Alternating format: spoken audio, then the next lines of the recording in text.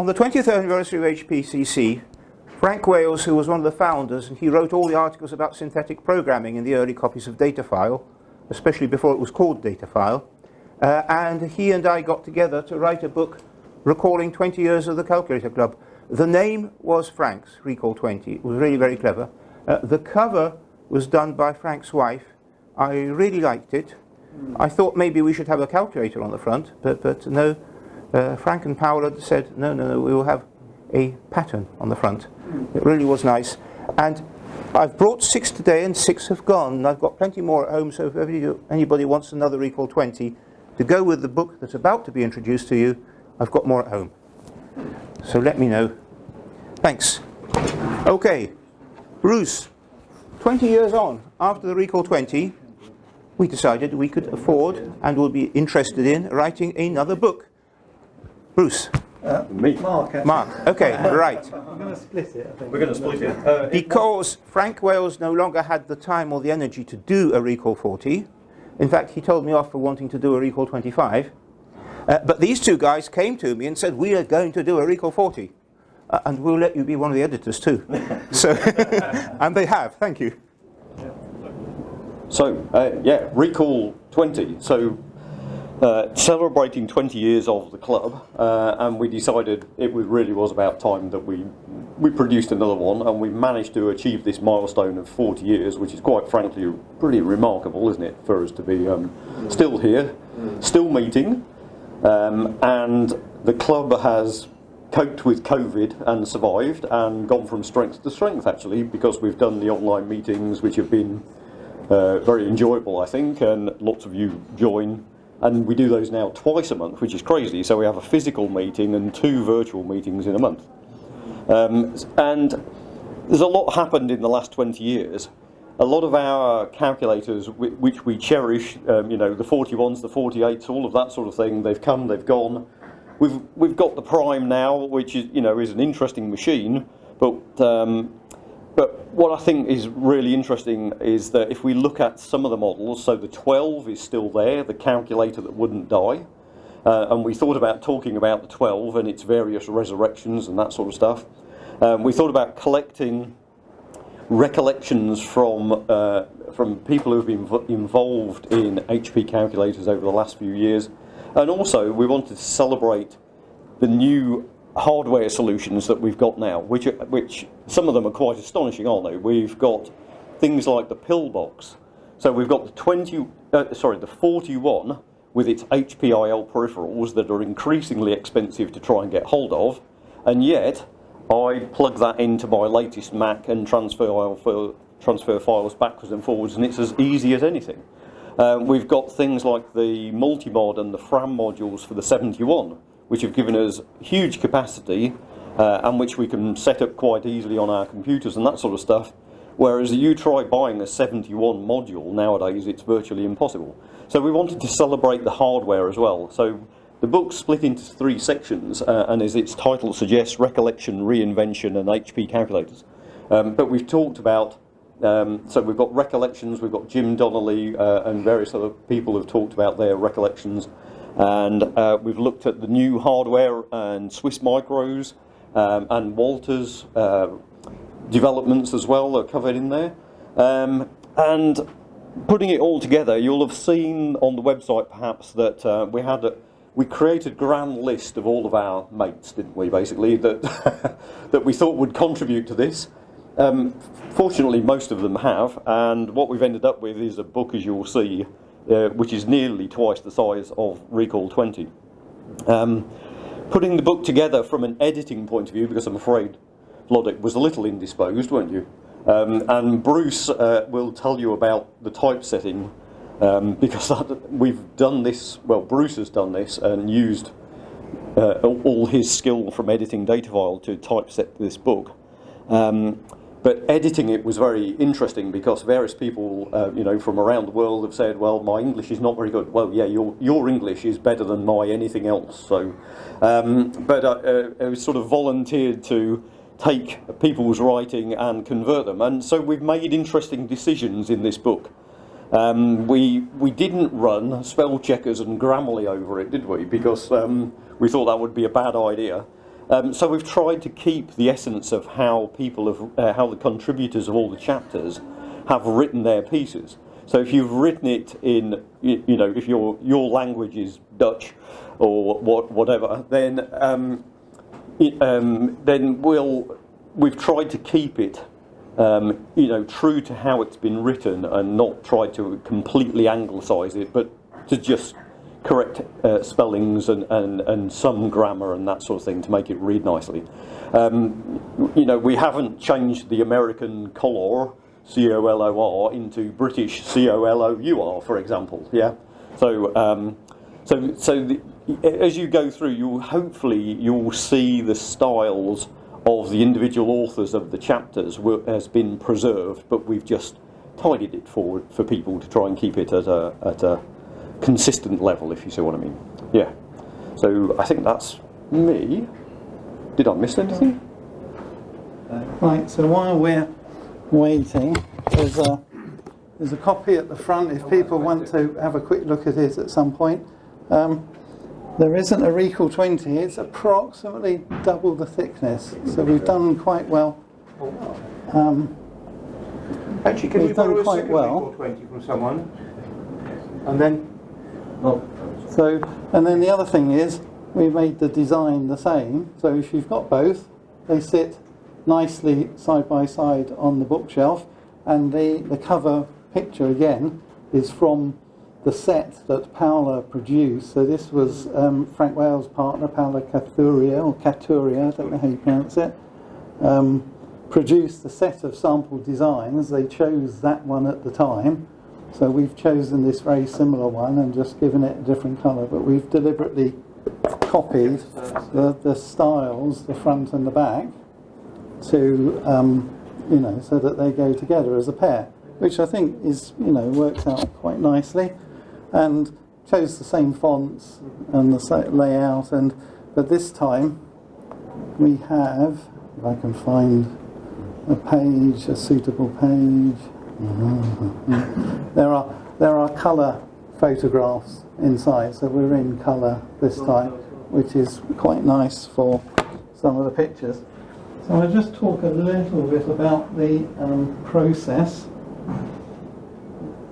Right, let's jump into little bits. So I used a bit of software. So we just talked about the cover. I used a bit of software called Context, which is a variation on TeX or LaTeX. So if you're familiar with the way LaTeX works and so on, so Context is a set of TeX macros effectively, but it's evolved so much over the years that it's a rewrite now. It's a complete rewrite really, and it provides a lot of nice features, and one of those nice features is I can parameterize some of this design. So if I go sideways, you look at the title, cover 16mm, so I wasn't sure how fat or how thick the book was going to be. So there's a 16mm spine, there's a 16.5, there's a 17, there's a 17.5 as you jump through. So if I flick through, you can just about see it getting slightly wider on the spine as we go. So that is actually really quite easy to achieve with a bit of work, but once you've done it, it's then easy to change. So the software is structured in the sense, or rather the book is structured, so it uses TeX, or based on TeX. So this is a piece of software called TeXshop. It's freeware. There's a Linux version, there's a Windows version, there's a Mac version that I'm using. All I had to do was just change this bit up here to create a compiler for for our setup, and it comes by default with all of these other ones. So you can have, so Lua LaTeX is standard LaTeX, but using the Lua engine to drive the thing, if that makes anything. So plain text, LaTeX, big text, all of these things, I just sort of cut and pasted and edited on for the thing, which means all I have to do is press Control-T or press the typeset button, and it will then typeset the whole book there and then. the structure of a book. So again, this is one of the things that Pragma ADE have put in. ADE stands for Advanced Document Engineering, so they are a specialist publisher doing technical books. So you have a thing called a product. In this case, it's a book, but it could be a magazine series or any of those kinds of things. You have a section, front matter, body matter, scroll up, appendices and back matter. So these are standard settings, and the software understands certain things about that. So front matter, it's expecting it to be a title page, so it doesn't necessarily do page numbers, and borders are slightly different, and headers and footers and so on. And then in body matter, it's expecting there to be headers and footers and page numbers and so on. But essentially, each of these bits here, this is the name of a file, and it just pulls all of those files in like an include type setup in a programming language. So one of the advantages of that is that I've got this little one, so that's the whole book. I've got this one here called Proof. Oops. It sticks on a bigger screen, the sample PDF, comes up to the side, but it's over the top. So I've taken that front page and I've stripped everything out except one component. So in this case it's one chapter. So Chuck is the lucky recipient of a demo. So if I click typeset, you could see behind the scenes very quickly in the background here, there is a log display of what it's doing, and this is just useful for debugging or whatever. But then it pops up the proof, and here I've got Chuck's article as a PDF that I can then look at, but because it's just one chapter at a time, it's so much quicker to make edits and changes. So it only takes about 20 seconds, maybe 30 seconds to compile the whole book. It's extremely quick on these new Apple machines, but it just makes life a bit easier. So I've got it on double page spread, so it's reasonably legible on that screen, on the thing. So that's fine, but when you have some issues or something, or if you're doing the editing, you want to maybe share it, well, because we're working on different machines, and I didn't want to get Mark and Włodek to have to go and install all the software, you can do something like, so percent is a comment, so I've uncommented that line, so I've stuck in a macro called start line numbering, stop line numbering. And then if I compile that again, this time it comes up with line numbers, each thing. So when they're editing, they can say, I found something at line 55, which kind of works well for a small one, but when you're on line 4,516 on the full book, it's a bit less exciting, but it's quite, again, it's quite useful. So I'm just going to undo that with a couple of Control Z's, and then the index, for example, so again that's commented out, so if I comment that back in and run it again, this time when I go to the end, it includes the index entries that I've picked out just for Chuck's article, and you can have some idea of what's included. You have a bug. Sorry? Because you have Eric Gallery and it goes ENG. Yeah, because I put them in first surname, under surname and under first name, so that you can find them. Does that make sense? So there's Eric under E, and then there's Eric under G for his surname. So it shows up really obviously here because there are relatively few entries, but when you have they're all that way, yeah, all of them, So interestingly, so if I just minimize that and go back to the source, which I then have to open up another thing. So I've put all of the source under chapters. It's a bit easier to see them when they're named. So if I open Chuck's source, this is what the source code looks like. There's a couple of lines at the beginning for synchronizing, so you can actually jump from the PDF back to the original source. If you set it up, it sort of works. It's a little bit... but what I've got is a thing that says component. There's start chapter preface is a macro I've created, so that sets up the left-hand page, puts the line in, make sure it starts on the left-hand page. There's a little intro bit of text, and then that finishes, and then start chapter. There's a chapter on the right, starts the chapter title on the right-hand page, and again does the little bit of graphics. But then I've got, so start register is a slightly convoluted way of doing an index entry, but this is for where it's a range of pages. But if I search for, so here in blue, on this line 37, so to put an index entry in, I just put /index, and then this is the text that will appear in the index, and then after the curly brackets, well, that's the text that appears in the body of the book. So the index entry can be slightly different to the text. And I just set up a macro in Vim, because I'm a Vi person.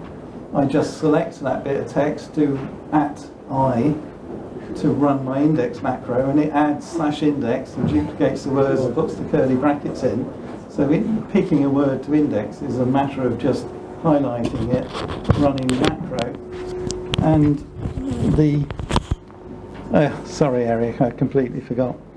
So I did a version, so for here for person, so this new line here just comes as a space in the document, so it doesn't matter.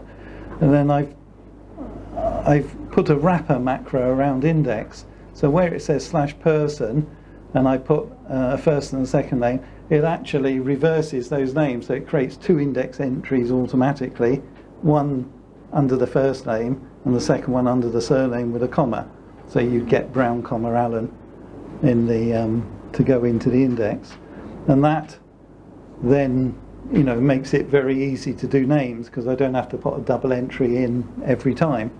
And if there's someone who has a single name, because they're a bit like some exotic Brazilian model, then just use the normal index entry and it's fine. So while we're talking about indexes, there's another little trick which was really quite useful, and that is to include, here we go, so an environment file is like a set of common macros, and the way you do the work is to define some environments for how you want to style chapter headings, the fonts you want to use and all the rest of it, so you have the minimum in the text and everything's hidden away. So I rewrote the definitions, or I overrode the definitions of the index entry. So instead of doing the standard indexing, which is built in the software that you get, what I've done is, so here on this page, I don't know if you can read that, I've put the index entries into the margin, so you can see when you look at a sample page which words you've indexed and which ones you haven't indexed, which is quite useful for catching up. So I can look at this paragraph and say, there's nothing indexed in that paragraph. Have I made a mistake and skipped it when I went through, or is there really nothing sufficiently important to be worth indexing? And then on this side, there, so it mentions Corvallis. So the index entry says HP Corvallis, and if you look in the index, there will be a link to whatever the page number is. So here it's 5 because I'm just doing one article, but wherever it comes in the actual book, and then that comes through automatically. Let me see. And then the other thing I did, so I said at the beginning I had that start register, which is a slightly complicated way of doing a range index. So this will say from page 3 to page 6, or whatever the end of the article is. I did a cut and paste job in that I used the same for everyone. So this just says author A, author B. This is the internal code, so it knows when an index range starts and when it finishes. So if you've got overlapping ranges, someone can be page 1 to 2 and someone else can be page 1 to 5, and it doesn't matter. But I put a down arrow to say here's a range starting, and then at the bottom of the article it will say here's the range stopping. So for the whole article that's not such a big deal, but where you've got an article that, so Włodek for example might talk about HPCC at the beginning and then move on to something else, it starts and stops, and you can see where the start and stop point is. So I'll probably just finish at that point and just say, so these are really quite useful things that you can do. It's not something that Word can easily do, I don't think. I've done a lot of Word editing over the years. It's very easy to make a mistake that messes up something, you know, a change of a style or whatever, and it looks fine on your page here, but you suddenly discover that you've changed something, you know, 3 chapters earlier, and you had no idea, you didn't see it happening. You have to sort of proofread the final book almost every time. So it saved an awful lot of that kind of hassle. So yes, there we are. And it all supports all of the maths and the things, so all the fancy characters. So missing sigmas, as Włodek found to his cost, are not a feature of the book. It might be gibberish, and we might have edited a bit too harshly in a few spots, but otherwise, mostly it's all gone in. So we did have to cut down a few things. So the authors will notice that their author biographies have been shrunk down a little, but when you see the thickness of the book, we found that we had quite a lot of pages on author biographies, so we trimmed those 28 pages of autobiography or something. So we did it last minute hack and slash, didn't we? so if you don't like it, I'm afraid I rewrote most of those, so I'm to blame if you don't like your Say something about the autobiography. binding. One reason why you had to do that was because the binding couldn't be much thicker than this. Yeah, I think because this is what they call perfect bound in British printing terminology. I don't know if that's true elsewhere. So it's glue bound effectively. What was it? So there is a maximum sort of thickness that you can get to. So I'm just going back through the things here because I got that as delivered. So again, one of the things the software can do is any number of impositioning schemes. So I'll just summarize, just shrink that up.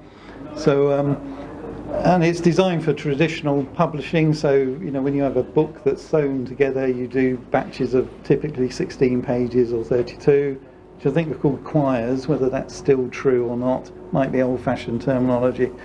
So you want 16 pages front and back laid out, so when they're bound and glued together, and it can do all of that kind of stuff.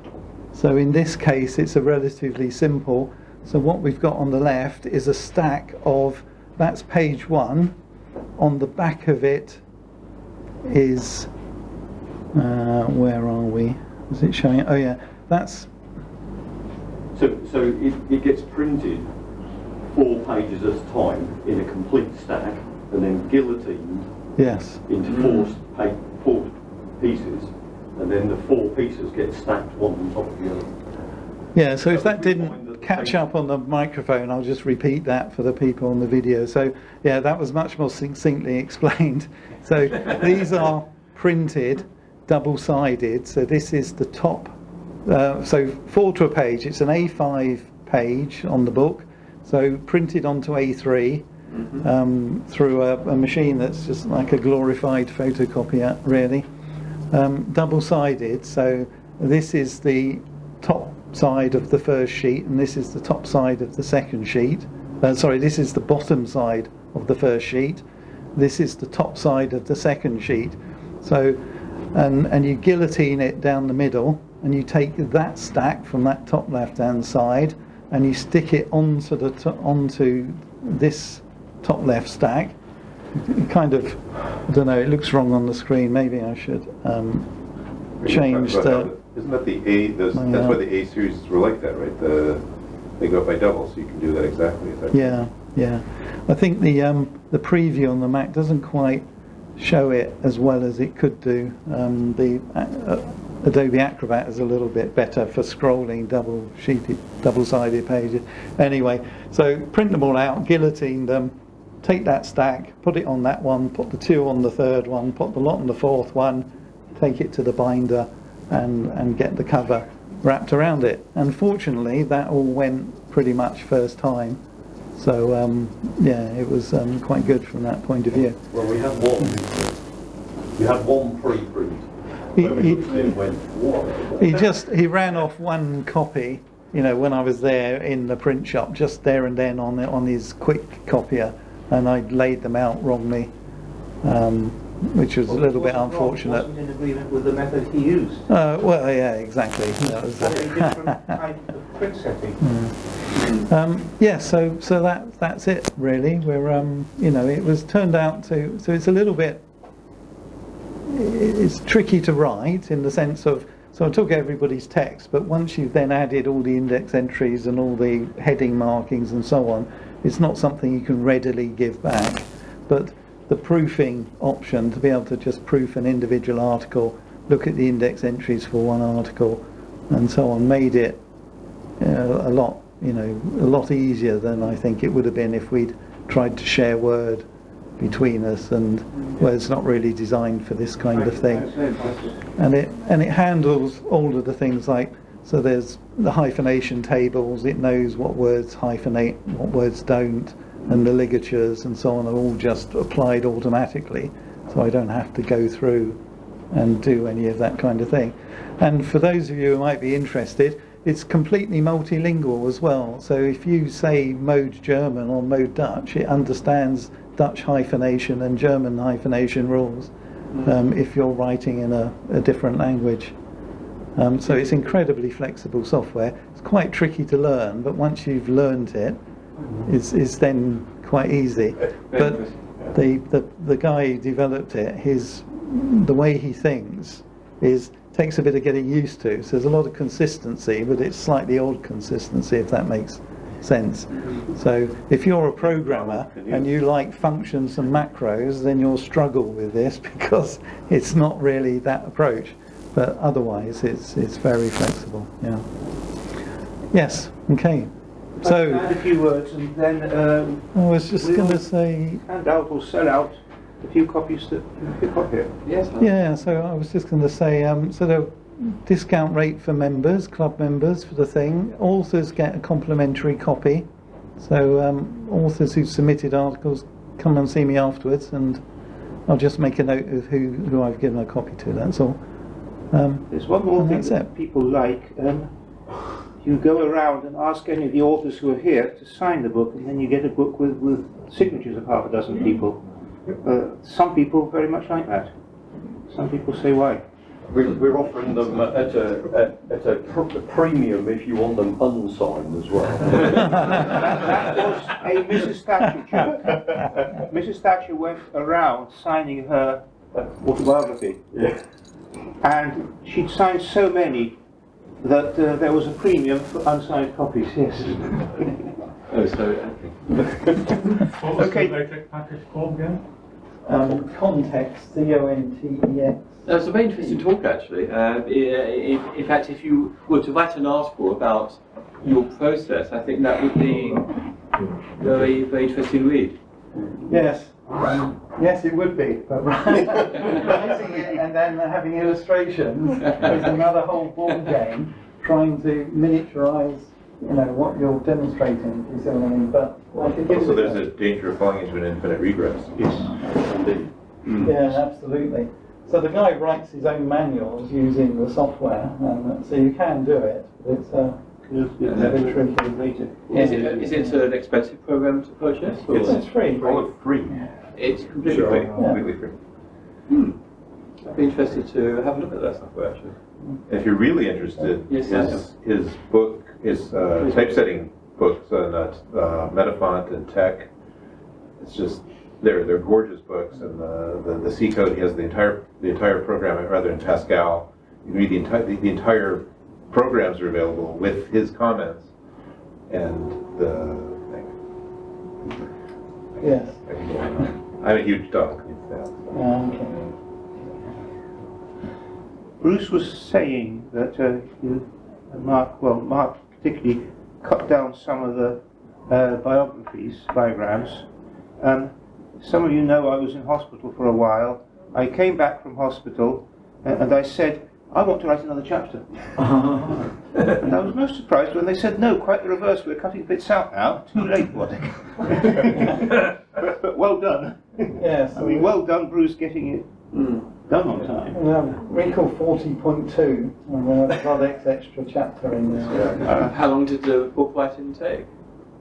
From beginning to... Yeah, if you look at the timetable, it's a typical software engineering project. We can apply the mythical man month. Right. You collected it from, it should have been with the printer, beginning of the summer. Yeah. Bruce actually did it, took the first version about 2 weeks ago, and we got it back yesterday. So, So the printing itself went to the wire, but the actual editing and so on was really, it didn't take too long in the sense of you need a bit of time to look at the thing when it's done. So the articles came in a little bit spread out, so Mark initially put out a request early in the year. A few came in early, some of the rest needed a bit of urging. But the actual, so to typeset something the size of charts there, once I got it all, there's an iterative process, but now I've got it all set with the index and so on, it's probably like a couple of hours to get something like that done and completed. So it's Once really you quite spent quick. months and months setting it up. Well, we spent months setting it up. a bit of redoing stuff, and there are little options like you can have a title. Sometimes the title can be too long, and it won't fit on the top of the page on the thing. So there's an option in the software to deal with that, but you don't know it's happened until you've set the thing and looked at the first page, and then realise that it's come out. Yeah. And the things like title. Thank you, Jake. things like, and you see as well things like the line, getting the lines to be consistent across pages. Yes, I discovered that, so that they are a little bit out. So the first thing, one of the things I looked at in Equal 20 is if you open it and look down the page, where there are two lines like this, on the left and the right, sometimes they're not actually aligned terribly well. And so I made great pains to make sure I did that, and they are still slightly out. And then it's dawned on me, it's nothing to do with the typesetting, it's the registration of the printer. So the back page doesn't exactly mirror through the front page. And this is why, presumably, why banknotes make a great deal about having items on the back exactly lining up with the front as an anti-fraud feature, because it is actually quite difficult to do. And even though the printer goes through his process of setting up his printer each time for a job like this, it's still a quarter millimetre out on the thing, and that's like, well, that's the way it is. Yes. And some of that is just the paper moves as it goes through the machine and so on. It's going through at high speed-ish. It stops, it bounces off the back of the stop and all this kind of thing. So if you ran it the old-fashioned, you put the sheet out, you pull down the lever, and then you turn the handle and so on, the paper's got no chance to move, but it takes you a year to print one copy kind of thing. So you pays your money and takes your choice. This is printing average. And at the end of the day, they cut with one guillotine down the middle and across, four stacks. And if they get that wrong, they will then they trim the paper later once they're binding it again, don't they? So the guy cutting it into 4 sheet stacks doesn't necessarily bother to be very exact, or the machine is supposed to be exact. Okay. One more thing about Word. When we were doing this, I would sit at Frank and Powler's house. Well, I actually went there the last evening before we were taking it to the printers, and I was writing all these little bits at the front of each one. And suddenly there's cursing in the background, and Frank comes in and says, Word has just mucked up the whole file. And he said, I'm never using Word in my life again. And he had a backup copy, and he promptly put it into something in Unix, in Linux, and finished it in Linux. So Word is not designed for this. I mean, it pretends it can do it. It only pretends, I think. Anyway, I think that's all. So we have one bug with Book, which is because it's nearly double the size, and we chose to make it look as identical as we could. The spine will crease. So if you want to have a look at the proof copy.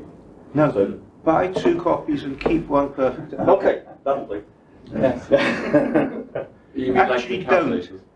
don't buy 2 copies, because we're paying £12 a copy, and we promised to sell them to people here at £10 a copy. So don't buy 2 copies here, because we'll lose £4. Buy 1 copy here, because we promised to sell members copies at £10 here. And then buy another one from us at £15, the full price. Who was it?